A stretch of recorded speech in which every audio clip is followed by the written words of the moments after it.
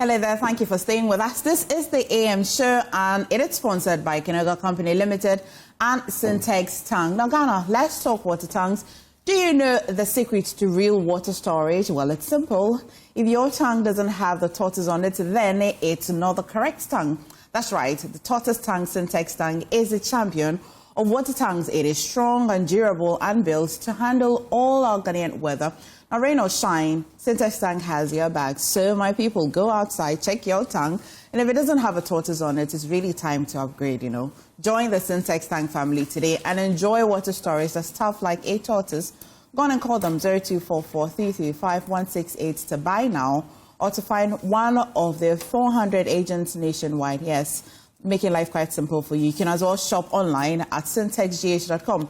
Syntex Tank, a strong, a tough. Now time to review the news. And this morning we're joined by Dr. Ekokwe-No, MP Ekumfi, as well Dr. Akufo-Addo Boahen, Associate President, Ghana Watch Initiative, and of course via Zoom, Dr. Kwame Asah Asante, Political Scientist and Head, Center for European Studies, University of Ghana. So now that we're all set, the Ahanta Pele is by the smart wall, at least to take us through all of the headlines. And he's got this intriguing image. He's starting off with the headlines. First of all, Kujo, what do you have? Thank you for calling me the Hunter Pele. I love that name. So you enjoy Daddy. You know, I say call me, enjoy Daddy. Okay, but today I want us to start with this image. It's an image which was given to us by Professor Douglas Boating. And he wants us to reflect on this and to ask ourselves a simple question. Are we living Ghana in ruins of greed or roots of revival? He's asking the basic question, what are we leaving our children? MFA, whenever I see this, I think about the kids we have now and what we are leaving them. So for you out there, especially those of you involved in illegal mining, you need to reflect on this image and ask yourself this question. What are you leaving the children? Those you've given birth to and the ones who are yet to come, what are you leaving them? I'm interested in the greed, rules of greed. So you need to question yourself, what are you actually doing? It says the same hands that destroyed can rebuild. So for you destroying the environment, think about rebuilding it as well. So thanks to you, Professor Douglas Boating, and I hope that this will strike an image in your mind. Let's move on to what other papers are reporting this morning. Of course, let's start with the Ghanaian Times. And the one story that is of interest to me, of course, and if you know how regular I am to go home. President's working visit to Western Region, tardy Cape Coast Road dualization takes off. Afenyo-Markin, Western Regional Hospital project resurrected. And you know what? The Western Regional Hospital is in my municipality, Ahanta West. So it's good that it's revived. I can even sell pure water there when it's done. So it's good, it will help the economy. Afenyo-Markin, government started the construction of a very huge hospital there. The president says it will be done. Amandi is working on it. And they are the ones working on the regional hospital as well. He says those ones will be done. The road will be done so that it will take me 45 minutes to move from Takrady to Cape Coast. It cuts a lot of wastage, you know. So it's a good one. Take a full read on page 12 of the Ghanaian Times newspaper. FIC cautions faith-based groups over money laundering and integrate 24-hour economic policy into NDPC framework. Dr. Sarkodie is urging government. And Speaker Suez Inu Akwetia, MP, lawyer Beidou there. Yes. Lawyer Beidou. And then Tamale Central MP, Professor Aludu Seidu. So those are the stories. And then Chief, 3 others killed in gun attack. That story is also on there. At the back page, standards key to economic transformation. Trade Minister is saying then Cabinet approves Ghana's first marine protected area. And then you know where this is. Ahanta West is in the news. This is also in Cape 3 Points. Such an exciting time to be an Ahanta man. Okay, let's look at the other papers as well. From the Ghanaian Times, let's do the Daily Guide newspaper. Well, we know of this story. Deputy AG and OSP clash over for Yatta probe. The OSP has said that, well, they are not actually in any clash with the AG. The AG has also sort of tried to say that there's no clash there. We're just looking for a document to help us as per the extradition of the former finance minister. Now, yesterday, there was also a meeting between the former president, Akufo-Addo, and the 5 flag bearer aspirants of the New Patriotic Party. The intent, we understand, is to broker peace between the various camps. It says, Nana, meet MPP flag bearers. Get the details on page 3 of the Daily Guide newspaper. Wife stabs husband over food. Wow, that's an intriguing story there. I mean, why will you stab your husband over food? Get the details on page 6 of the Daily Guide newspaper. I'm right at page 6, and guess what? She's 21 years. Ah. Okay. Yeah, the victim's wife, aged 21 and identified as Mayfwa, is reported to have attacked her husband, Kofi, during an argument over the choice of food she prepared for supper. Oh, over the choice of food.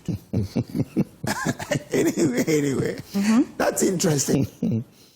Maybe I should just go a little further. Providing details of the circumstance which led to the attack, in a police statement said the misunderstanding began when her husband gave her money to prepare banku and okra stew as the evening meal. She claimed that the money allocated for the said dish was insufficient and therefore decided to prepare banku and light soup. According to Mayfwa, her husband, upon arrival from work, was not happy with the change in the meal and confronted her on why this request for supper had changed. His request for supper had changed. Mayfwa said she defended her action, stating that the money he provided was insufficient to prepare okra stew, adding that she had saved a portion of the money for future use. She claimed that during the altercation, her husband allegedly picked up a knife, which she managed to snatch from him, and allegedly used it to stab him. The brother of the victim, Francis, who was in the next room, rushed to the scene. Upon hearing the commotion, he found his brother injured and conveyed him to the hospital for medical attention. Therefore, he is currently in police custody, assisting with investigation. Nice. Interesting. Over food choice. Table of men. Well, we'll discuss it when we sit around the table. But let's do the custodian newspaper now. It says CPS lost government 24-hour economy program, but points out implementation gaps. Dr. Edu Osusakode again there. Also, Akufo-Addo hosts NPP 2028 aspirant urges unity and issues-based campaign. It comes to the photograph of the former president and all the 5 aspirants sitting there with the former president. And Baumia leads with 72% in MPP race. Latest poll. Get the details on page 3 of the custodian. And that's it for what the papers are reporting. But of course, let's bring you what's happening on the CIMG News Portal of the Year 2024. MyJoyOnline.com. When you go onto that particular platform or portal, you have a lot of stories there as well. So do go onto MyJoyOnline.com and get to see all the stories that we're telling on that particular portal. MFA. Right, we shall get ready to get into the details now, but whilst Kujo will take his seat, maybe, Dr. Asah Asante, do I have you? Good morning. How are you? How's your week? Okay, we don't have Dr. Asah Asante yet, but then we should just stay in the studio. And good morning, gentlemen. Good morning. Good morning. I hope you're all well. I like that smock that you're wearing. Thank you. Okay, which one of the stories has your attention, or maybe what is not in the news has your attention that you want to maybe draw our attention to first? Maybe I would go to, all of you are dog. So could we make a choice? Could you make a choice? Who should go first? Well, okay, let's start with the one in the beautiful Fugu you spoke about. Okay. Okay. Thank you so much. And then greetings to your viewers out there and to my constituents back in Amasaman. A very good morning to everybody. I think 2 stories actually catches my attention. And then the first one has to do with the Takrade. Dualization. Thank you. Dualization project. I think, yes, it's a very good initiative. I haven't been a student of the University of Cape Coast and then been on that road for a couple of years, traveling in and out of Takrade because of a couple of siblings I have out there. I think it's a wonderful project. It's something that should have been done long ago. In my estimation, we should have had this done so many years back, but never say never, or it's never too late who asked to want to start this beautiful project. On the other hand, I also think it would have been better if we invest much in the railway industry, because I believe it would have helped us a lot. Looking at the plans of trying to get these landlocked countries that move their goods and services out of Ghana. The Takoradi Harbour is one of the ports that they clear some of these goods from. And so it's always good. It will have a railway industry that will be booming, will be moving some of these goods from the port towards Ashanti region, or probably the Bono and then all those other places.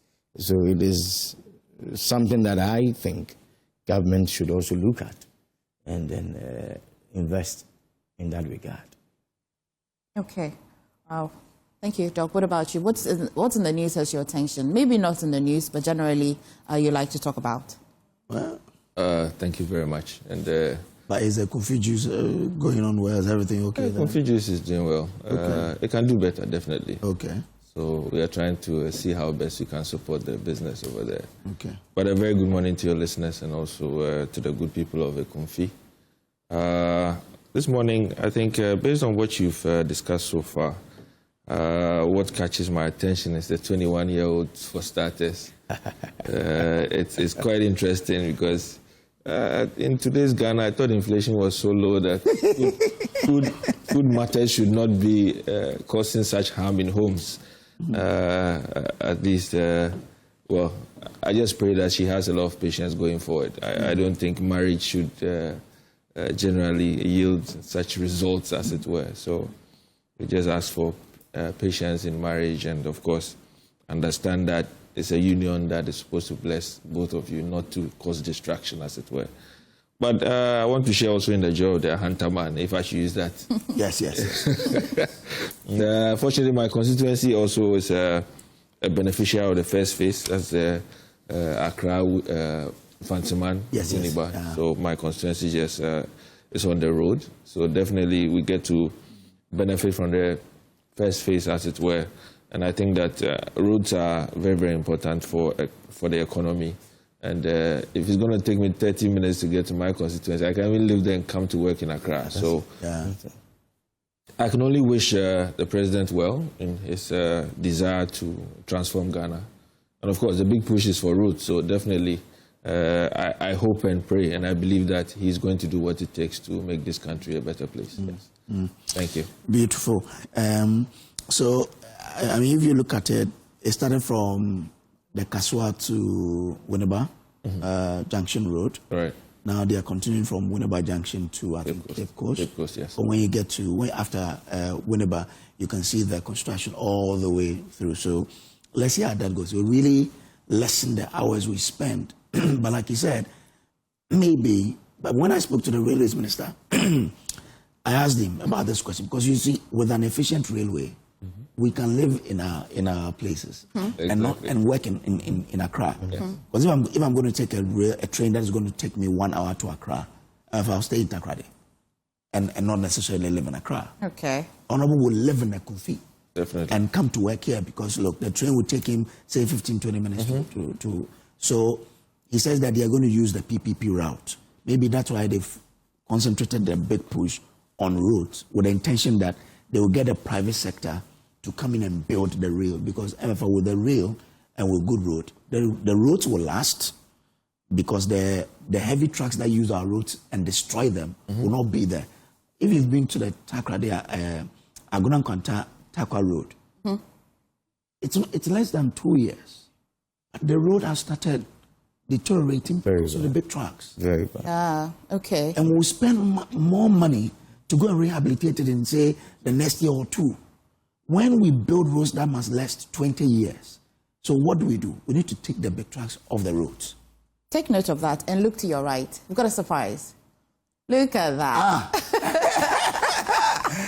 Dr. Asah Asante. Hey. Doc, today today marks an important day in the lives of people of Akropong as they celebrate Odira Festival. It's a day we mourn the dead. Okay. Oh. So everybody will cloud in black. Okay. And that is, I am in Accra, and I am, showing that in my home here. Solidarity. You know, Dog, we're friend to man. Wait, day. I can't for one anybody, Papa. You are friend and to very well. Look at that. That's it. Dog, well, I mean, you've yet started by telling us what's happening in Akropong. What else in the news has your attention? I will, go straight away to what President Akufo-Addo said in Brussels on October 5th by apologizing to Ghanaians, as it were, on the implementation of the domestic debt exchange program. I admire the president's courage to grab the bull by the horn and looking at the policy and its implications, the effect on the Ghanaian, he could muster the courage and come out to say that I am sorry. In politics, that is accepted. As to whether people will take their minds off that issue is another thing. But I was very much disappointed when I heard the apology.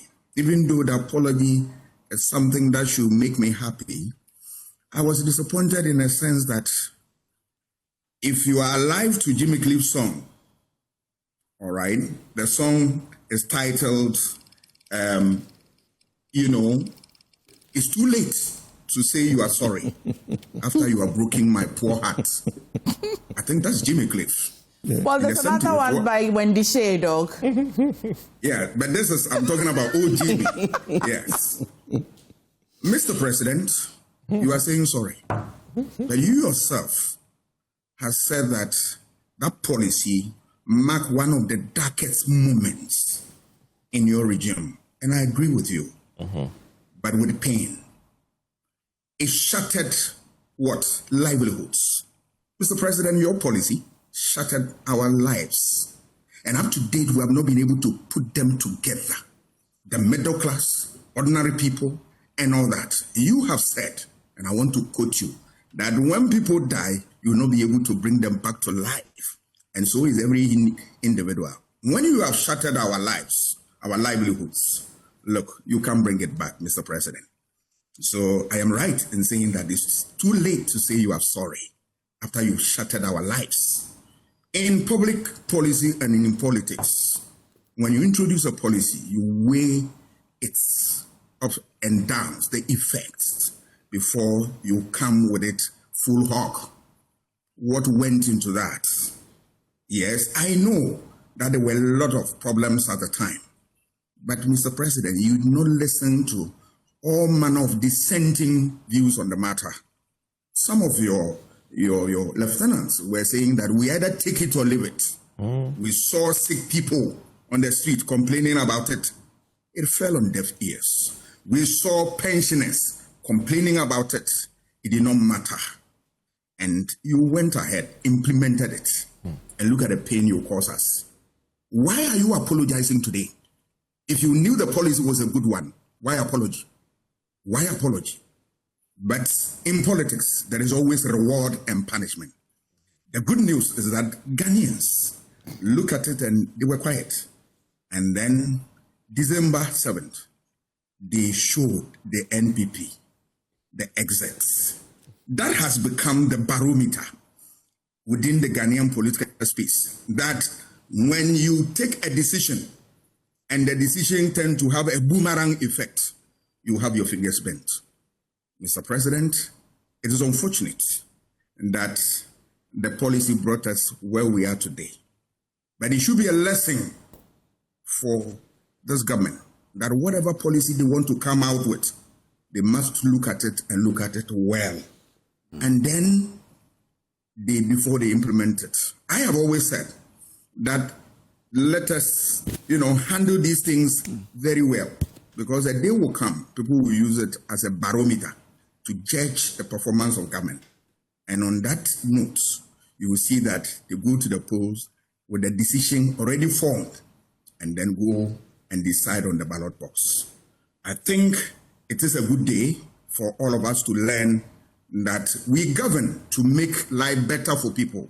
Any other thing that will bring an unmitigated pain, like the way this policy brought to the people, we should avoid it, because political accountability is always felt when we go to the polls and we cast our ballots. Mr. President, you are also an Akropong person. I wish you Afishapa. Well, thank you so much, Doc. Kojo, so whilst you were talking about transport and you were focusing on railway, yes, it's another good time to actually look at the inland water transport system, focusing on in the Volta region. When I was young, I'd follow my father and my mother, would use the pontoon to cross and go to Afram Plains. And you get to the Kpando Toko, where it would dock for you to now, transport yourself hours.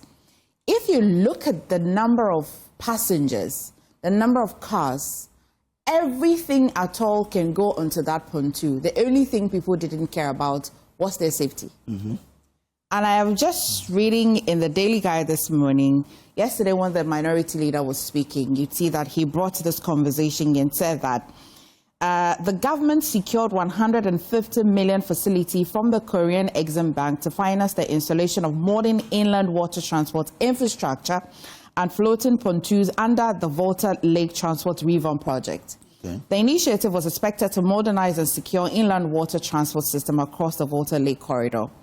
Now, according to the statement, a comprehensive feasibility study conducted by the local consultancy firm Vision Consult has already outlined the necessary infrastructure and deployment strategy to make the Volta Lake safe and efficient inland waterway. Just some days ago, we lost 15 people. As of yesterday, when we checked, people were still transporting without life jackets. Oh. Yes. Okay. So what do we need to do, Honorable? We're in Parliament. Okay, is there any help Parliament can render in this? I think this issue is of grave national importance. I mean, to be losing lives just like that, we don't know who we are losing to our future as a country. And therefore, I think that as a lawmaker, I would gladly support any initiative with regards to improving safety on the river. I mean, basic stuff like life jackets, it shouldn't be an issue of discussion, something which is so necessary because every day people basically travel on the river. But beyond that, looking into the future, I think that those vessels that are being used are pretty much outdated to the extent that it poses even a lot more threat to many other people. And I think that this government, which I belong to, which I believe is a listening one, should be taking steps to ensure that we procure maybe some vessels to support the transportation of people on the lake and basically help improve the lives of the people. So I think I'll add my voice to the call, basically to get government's attention to ensure that we heed to the cries of the people to support them and to deal with this matter once and for all, because it's been too long. It's been too long. But in transportation, really, it looks like we sort of talk more than we do, because what MFR read there, the facility was secured years ago, right? Yes. Looks like implementation is what's the problem. We're not getting. Yeah. This construction that is happening, who is supervising it to ensure that the right things are done? So what actually must we do to ensure that we are acting much more than we speak or we say? I think as a country, we've suffered quite a lot from the lack of supervision. Because, like you said, most of the roads that were done get deteriorated in no time. And nobody is held accountable for it. So when it happens that way, people have the impudence, basically, to go for contracts, to do road works, not care about it, to just do anything they want. I mean, the Auditor General's report is one classic example. For many years, we've been talking about it, and there's no action. Fortunately, I see the president taking steps to ensure that people are held more accountable. And I think it cuts across various sectors of the economy, that if you want to deal with issues of public funds, it should be ready to deal with the ramifications of your actions and inactions. So if you go for a loan for a specific purpose, yes, it's imperative that you use the money for what it's intended for. If you don't do that, you create a sequence of issues that may arise in the future, like we are discussing today. A country is supposed to progress steadily. So if you don't do that and we don't take steps to ensure that people get punished for doing the wrong, we will always come back and have this conversation. So I believe that it's about time as a country we take such decisions and put in place structures and laws that ensure that people comply the reason why we do things. If we don't do that, I'm sorry to say, but we will still be having this conversation 10 years from now.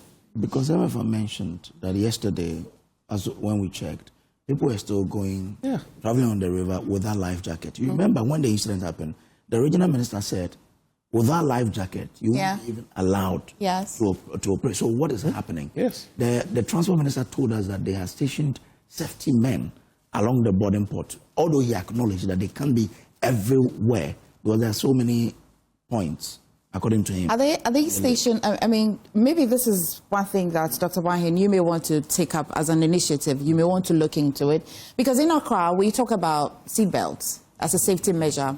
You expect that people care about their lives.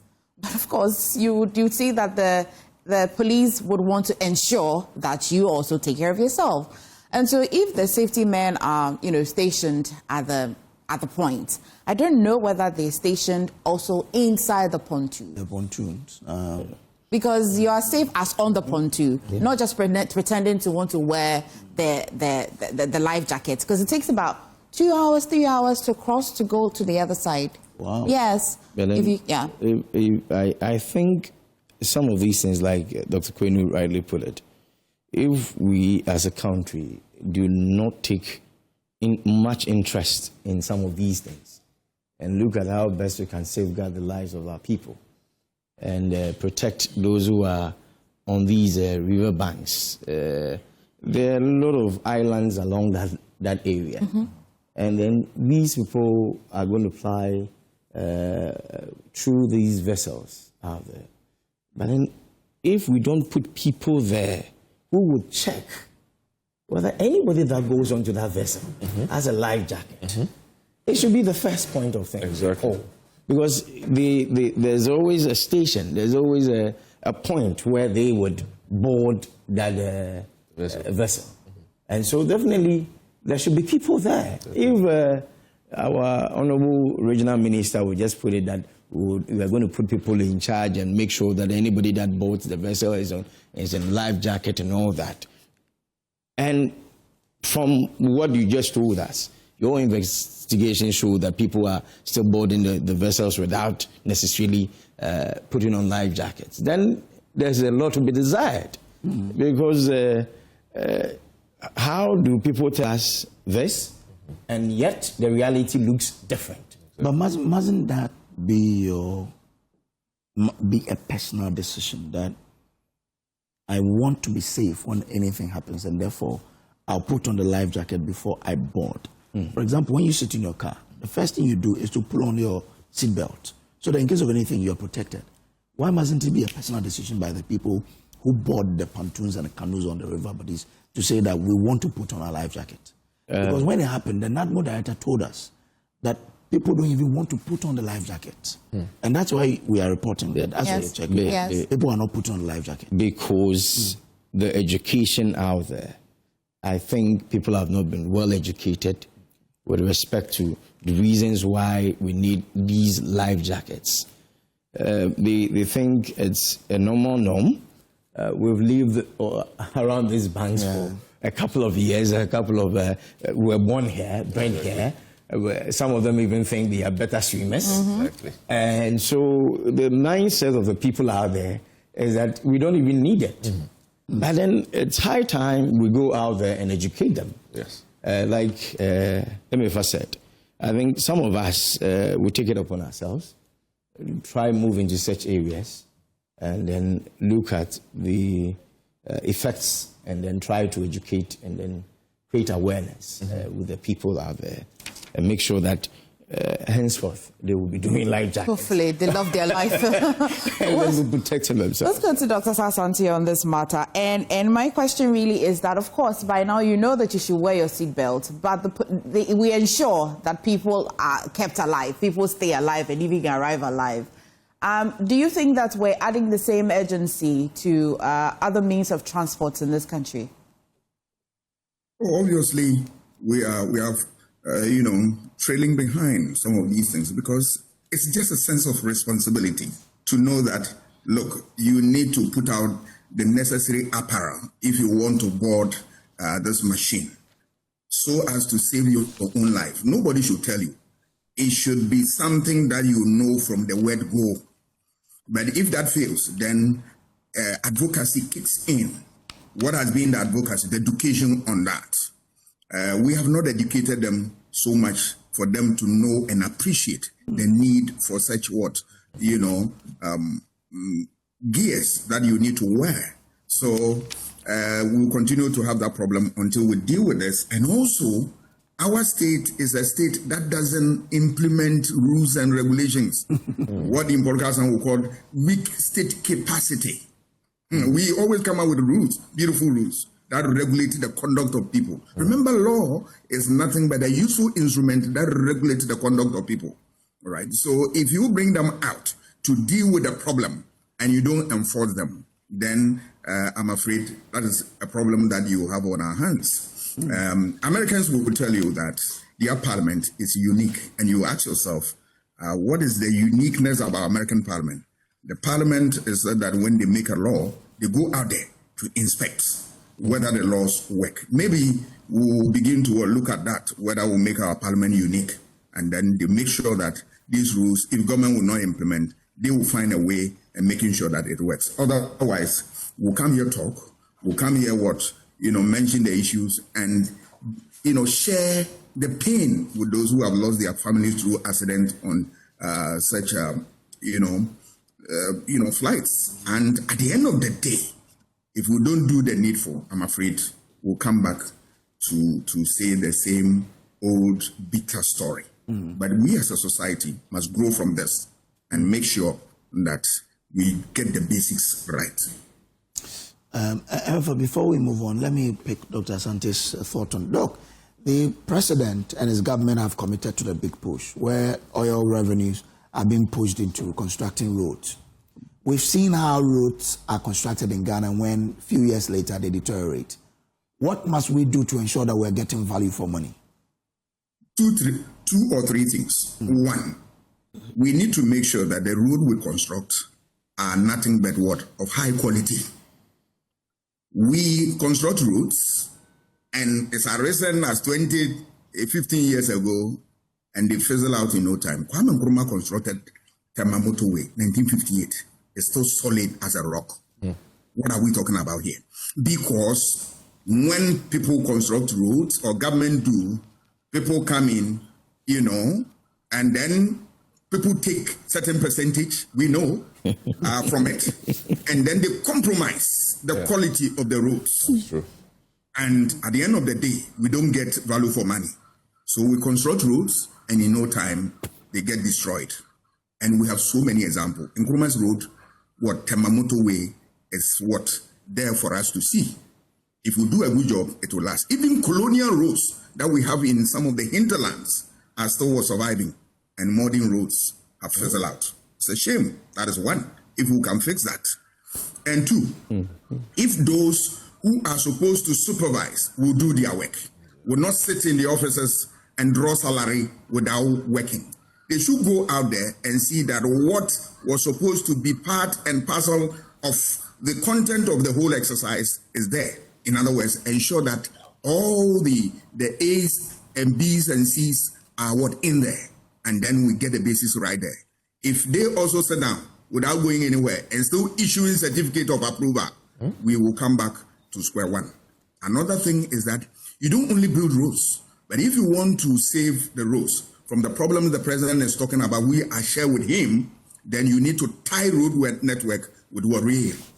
That heavy machines will use the rail system, and then the road will also make use of light cars on them. But apart from that, you can do all these things. If you are not ready to enforce the rules rigidly, I am afraid we will come back to lament and comment on these things. Because those who will be put on the road to ensure safety, to ensure standards, if they go and compromise themselves, I'm afraid we'll get nowhere. So it's a mixture of factors that go into some of these things. But if we don't pay attention to them and deal with them head on, I'm afraid all the beautiful talk will be nothing but empty talk. Okay. Thank you very much. Yes. Honourable, I'm back to you because yesterday, of course, Parliament's reconvened. There's so much on the newspaper, but I'm curious, among all the bills that we're looking to see in Parliament, which one of them has your particular attention? Well, I think there was one that really struck me in a way, especially looking at history around it, where there's a bill to basically to reverse the names of institutions. Okay. Though it sounded quite interesting, I think that it's something that more or less hinges on a legacy that has existed for many years. And I just hope that this can be put to rest once and for all, because as a country, we have a lot of issues that we have to deal with. And for me, it's one thing that I still remain hopeful that after this exercise, we should allow it to stay to the extent that we can focus on all the issues that we have. As a country, I mean, the president has today put a lot of emphasis on the big push trying to fix our roads. The economy is doing quite well. I mean, clearly, these are things that affect bread and butter. And these are the Ghanaian people we are talking about. One thing about the Ghanaian is he's slow to anger. However, when he takes a decision, just like Doc says, if you take a decision which affects Ghanaians negatively, eventually you pay the price. And we have seen it time and again. So I just want to say that it's good, but a lot more emphasis, I believe, after this exercise, would go to productive sectors of the economy that will yield the desired impact and make Ghanaians live a better life, as it were, so that we can grow this country to a point where a future and our children will enjoy it much better than we have seen. Beyond that, I think that all the other bills that were discussed yesterday basically is supposed to steer this country to a point where we can be self-sufficient as a country. And for me, I think that so far, looking at what has happened in this country, the economy, and all the other important issues that government is really paying attention to, I think that things are looking quite positive. Like the Minister of Finance who says they've turned the corner positively. And I believe that if we continue on that trajectory, this country would do quite well. Do you look forward to the revocation of the LI? And I'll come to you, especially for you as an initiative. Which one of the bills, or what have you been looking forward to that Parliament should be discussing and maybe passing into a law, if you've thought about it? But let me stay with you. Do you look forward to the revocation of the LI particularly? Widely discussed even before Parliament went on recess. Sorry, which of the LIs? LI 2462, to not allow president to allow people to mine in forest reserves. Well, I think it's something that has to happen at some point. I mean, forest reserves are very, very important as far as the country is concerned, and also for climate discussions, as it were. And therefore, anything that seeks to protect the environment has greater ramifications on us and our livelihoods as a people. So I am in favor of any potential revocation, as it were, and also to help us manage our environment better. and to also make things work for all of us. So I don't have any qualms about it, and I believe that any action in terms of getting things done right, I fully support it. But just give me 30 seconds. Sure. This LI, that is to go to the revocation of some names, or reversal, It's to reverse some names, right? Which universities have you gone through it? Which universities are there? I think Apia-Minka. Okay, Apia-Minka is to be reversed. Yes. Okay. That's what I know. Okay. And I think there was also UPSA. That was the original name, but it's been changed to another name. So I think that for me, let's keep our history. I mean, you cannot just change history just like that. And I think that if we are able... So for example, Simon Gildon, Dombo University of Development Studies will be reversed. Is it also in there? I'm not too certain. I believe so. Okay. And I think that, yes, I mean, there are so many ways we can appreciate people. Doesn't necessarily mean that changing the history of an institution that has existed for many years, the implications could be a bit more interesting for me. Okay. So I think that let's keep our history. I mean, it's what makes us original, as it were, and therefore sticking to that for me. Is that the first reading or the second reading?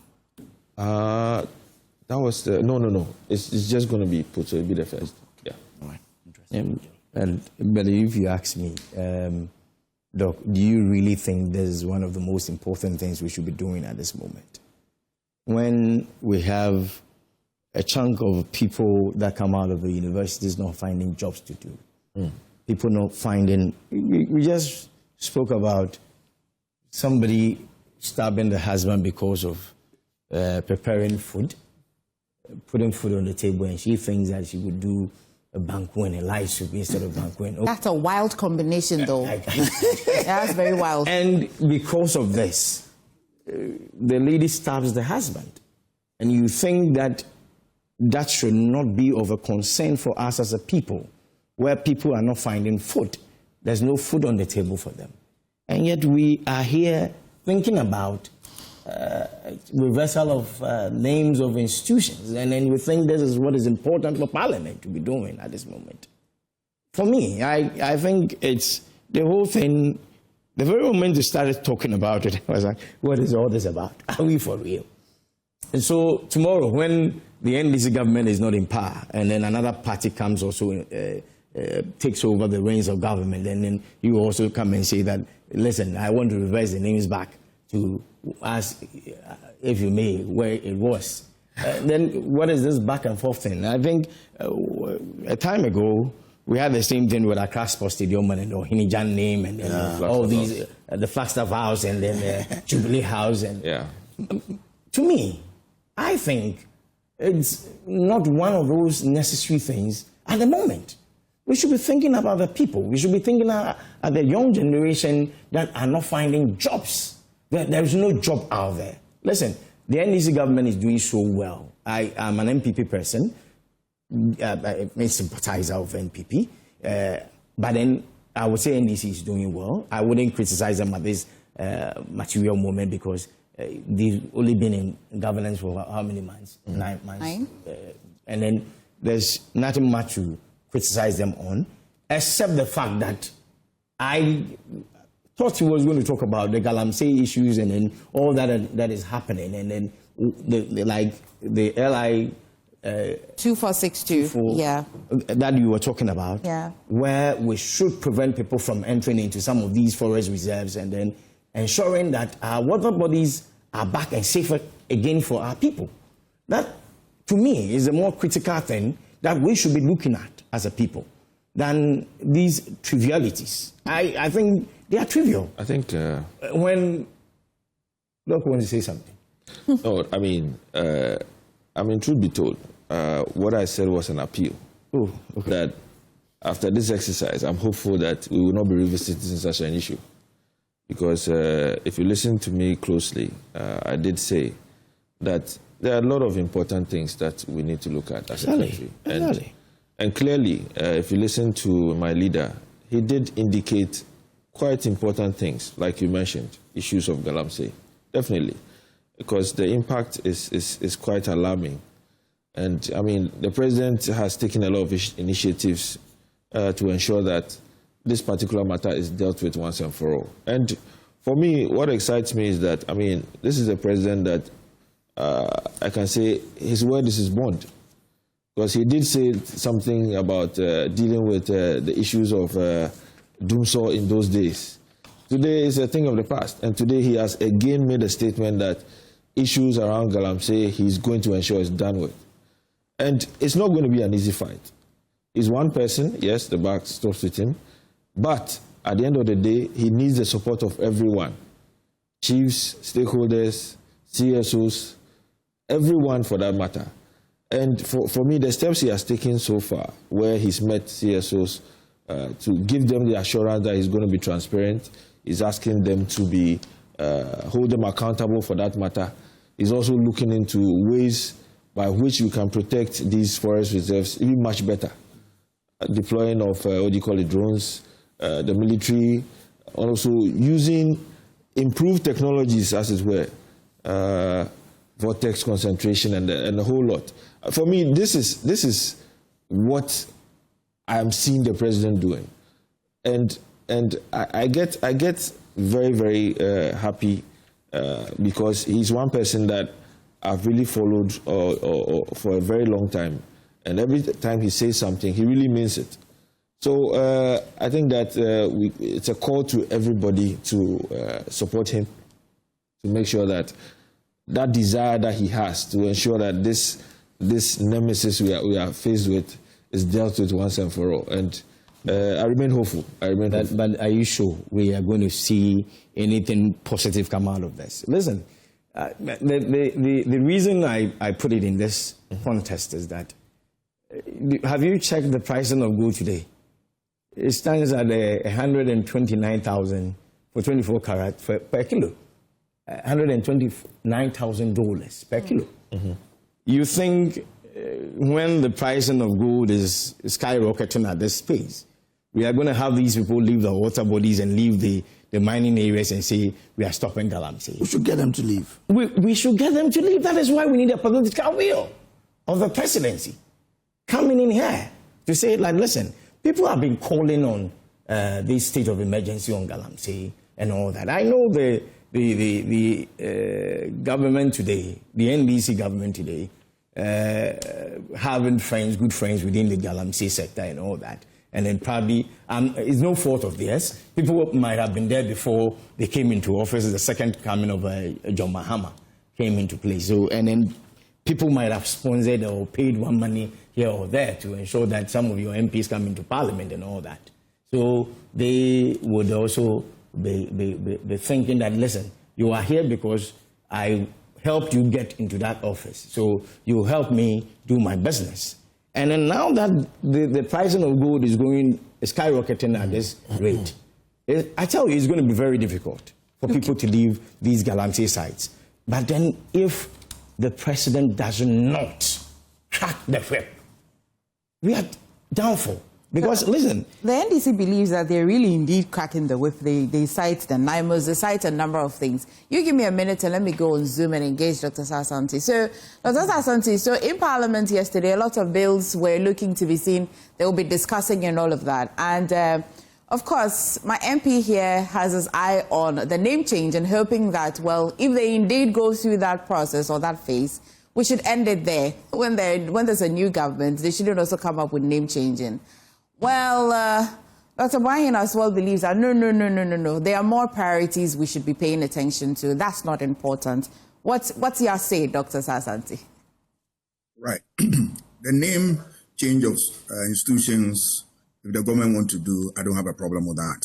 Because you see, sometimes there's a comment about that we waste our time. You'll recall President Akufo-Addo's proposal to the effect that Eugene's name should be changed and all that. All these things, we can end it.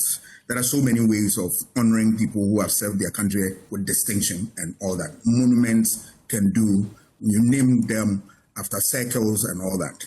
So for me, on a lighter note, I'll put that one behind and then deal with what? The LI 2462. That is the crux of the matter. Because today, whether we like it or not, it is a real threat, Galamsey. I'm sure yesterday you listened to the EU, the head of EU delegation in Ghana, talking to the effect that, hey, we should check this because it's going to have impact on our exports. Yeah. This must be of concern to everybody. Yeah. Because if EU decide not to buy our cocoa, if other trade partners decide not to buy food that we sell to them because they believe that they are heavily, there are heavy metals in them, then obviously we are in a difficulty. So for me, the government must put in its all for us to get to the bottom of this. I have listened with rapt attention ideas from MPP, NDC, and the general public. What is missing is stakeholder engagement. All right, people pick parts of this and talk about it. Let's have a state of emergency. The scientists will tell you reclamation. Let's do this. But it tells you that when we're able to put all these experts together, we should be able to arrive at something that is meaningful and we'll be able to do justice to this. Because this Galamsey business is threatening the ecosystem, our very survival and all. Today I listened to chilling news from the Aguna land where hospitals have no water to use in the work that they do there to clean patients and the rest of them. And that must be of great concern to everybody.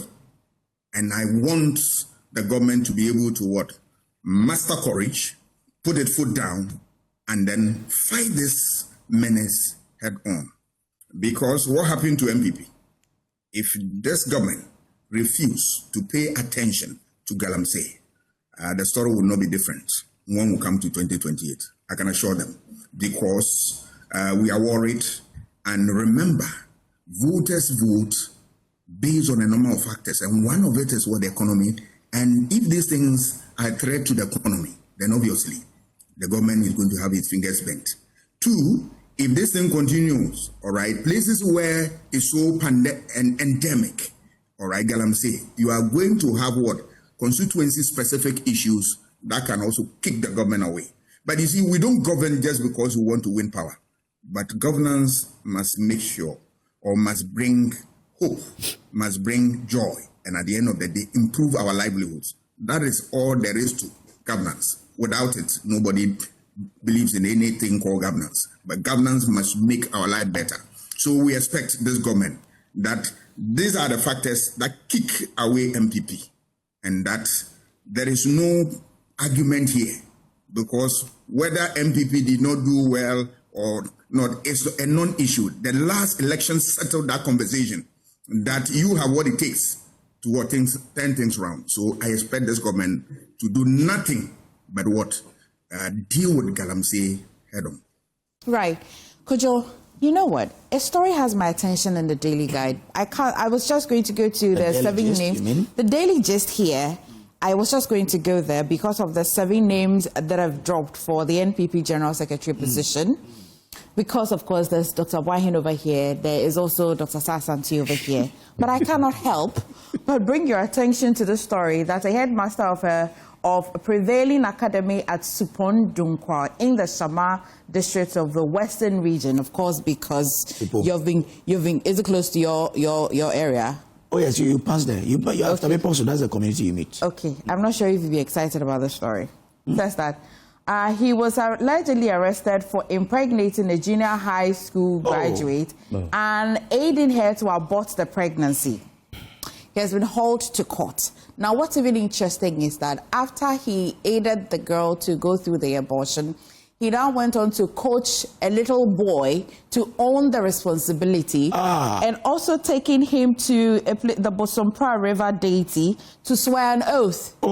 Never for him to betray him. So he wanted the young man to take responsibility after it looks like the girl's parents discovered that this is what has happened. That one has my attention. But pretend you didn't hear. Let's go to the 7 news. Oh, no, I heard it. You heard, right? I didn't. Okay. Well.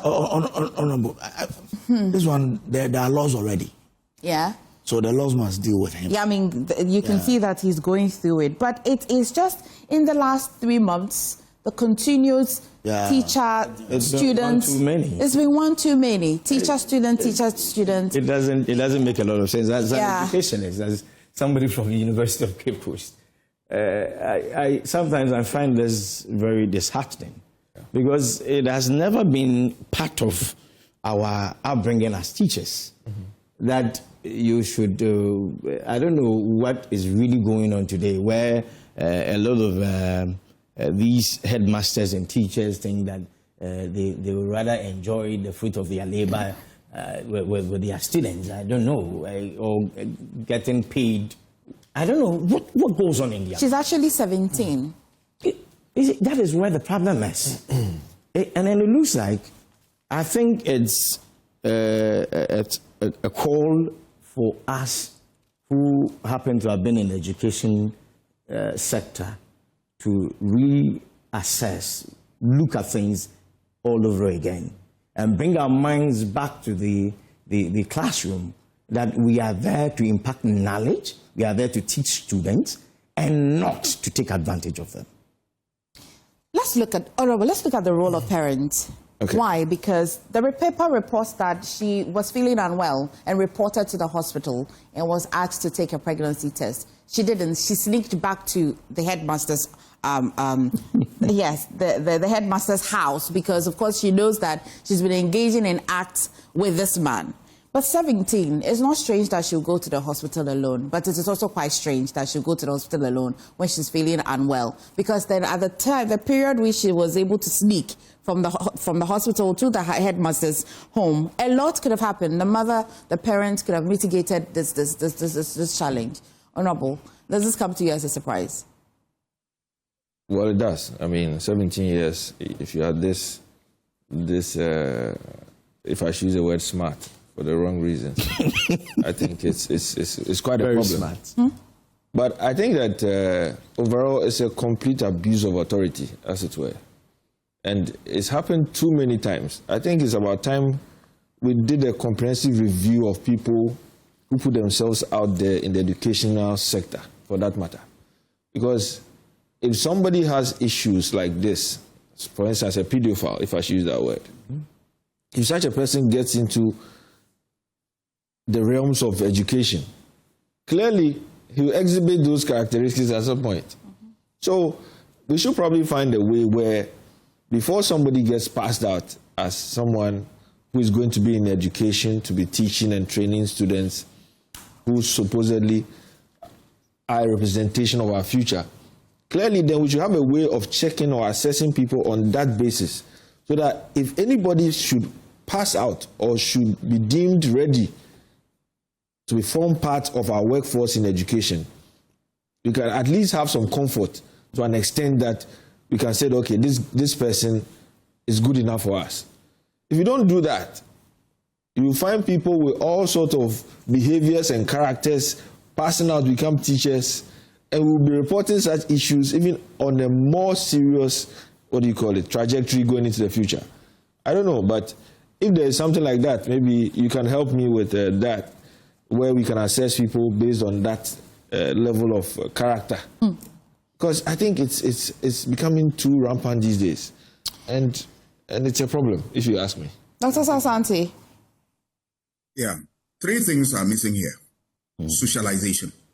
Socialization, where we inculcate certain values in people from childhood to adulthood. So from home, parents teach children, if you see something or see a move like this, report and all that. So we realize that when we are able to do this, the kids go to school and they are well informed, well aware about some of these dangers, and then they know when to report and at what time. That's 1. 2, rules and regulations from GES must be enforced rigidly. Once we enforce them, we'll be able to deal with some of these problems, at least to a large extent. And of course, we as a society must be vigilant, because eternal vigilance is the price of liberty. When we are able to shine our eyes, so to speak, I mean, if I may use that expression, we'll be able to protect the vulnerable. such as girls, such as people in that bracket, and so that they develop to become the best in terms of what their potentials for the state. I think that is all there is to it. Okay. Kujo? This situation, maybe the punitive measures by GS, like Doc is saying, should be hard enough. Yeah. And maybe the court, after they found him guilty, may probably deal with him. But there should be a certain condition that would scare people off from doing this, especially the teachers. Yeah.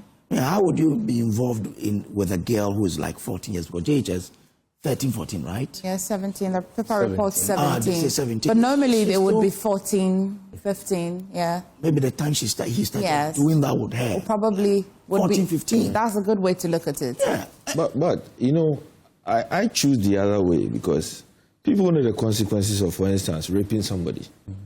But they still do it. People know consequences of stealing. They still do it. That's why I'm saying that there should be a way of assessing people before they give them entry to the teaching profession. I think that for me, that may help us to a larger extent, coupled with these rules and regulations in terms of enforcement. I think a combination of these two would give us a much more bigger impact than probably considering it on only one side. But someone would say the teaching profession itself has a huge number of people. How do we do that assessment, for example? See, the problem is people find it as a way of survival. You know, if you look at the way of survival, clearly you might not necessarily want to be a teacher, but because of economic ramifications in your own life, you veer into that area. And maybe square pegs in round holes. So somebody who does not necessarily have interest to teach, but because of his own economic issues, finds himself there. And then you begin to realize that his own character, which does not conform to the educational profession, begins to surface. And clearly that's what we are seeing here. I mean, this a headmaster for that matter. I mean, you've gone high, you know. So to be having these kind of issues, we don't know how many he's even done in the past. This is the only lucky one we had in terms of coming to a public domain. So that's why I'm saying that for me, a combination of these two actions may probably yield a much bigger result for all of us. You see, I think like Professor Dr. Asante put it clearly, at this time we need to be reassessing our teaching folk again, all over again. 2, education and awareness creation. In our homes, a lot of the times, as a Ghanaian, even parents sitting with their kids to talk about some of these sexually explicit things, where they would educate them and tell them, listen, this is this and this is that. And then a lot of the times we hear parents tell their kids, this is called kakai, this is called this. Instead of educating the child, exposing the child to all these basic things, so that tomorrow, if anybody wants to take advantage, undue advantage of the child, he knows that mommy said this, I'm not supposed to be doing this, or daddy said this. I'm not. So it is high time in our homes we start educating our kids in that regard.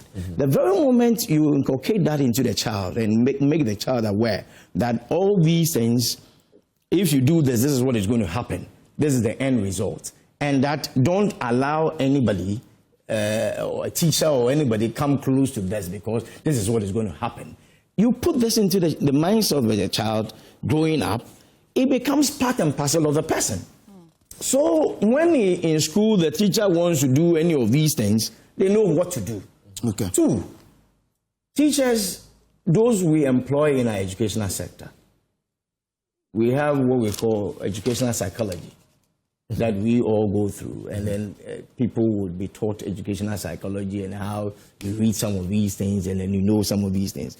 But then at the end of the day, there will be still recalcitrant ones out there who would come out there and then start misbehaving, if you may.